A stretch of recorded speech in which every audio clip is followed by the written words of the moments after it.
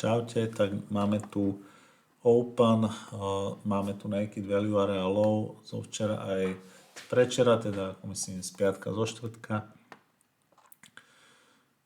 Čo očakávam? No, jeden scenár je ten, že by sme mohli vykopnúť jednu z týchto Naked Value Area Low a potom hľadať nejaký setup po breaku opening range na tieto vrchné zóny ako Naked VPOC a Naked Value Area High, pretože aj z composite profilu sme v discount zóne, takže hľadám skôr už po tomto spomalení, ktoré tu prišlo, piatok sa ten trh zabrzdil, už to prestal letieť dole, tak hľadal by som možno nejaký návrat do tej range,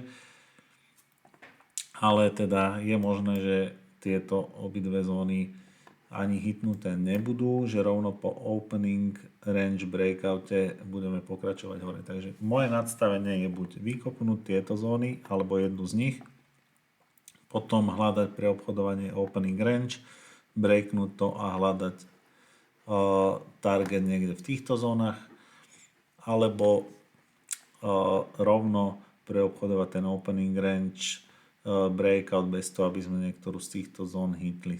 Akože nie je podmienka, že niektorú z nich musíme hitnúť. A keby ten opening range breakout bol do spodnej strany, tá value area low sa mi zdá extrémne blízko na to, aby tam bolo nejaké rozumné RR-ko, tak ten setup by som dneska radšej nebral. Radšej by som bral nejaký breakout, keby bol breakoutov high, a išiel by som po Naked VPOC, možno nejaký runner až na Naked Value Area High. Ale toto je na RR-ko celkom dosť vzdialená zóna, ale táto Value Area Low je veľmi blízko.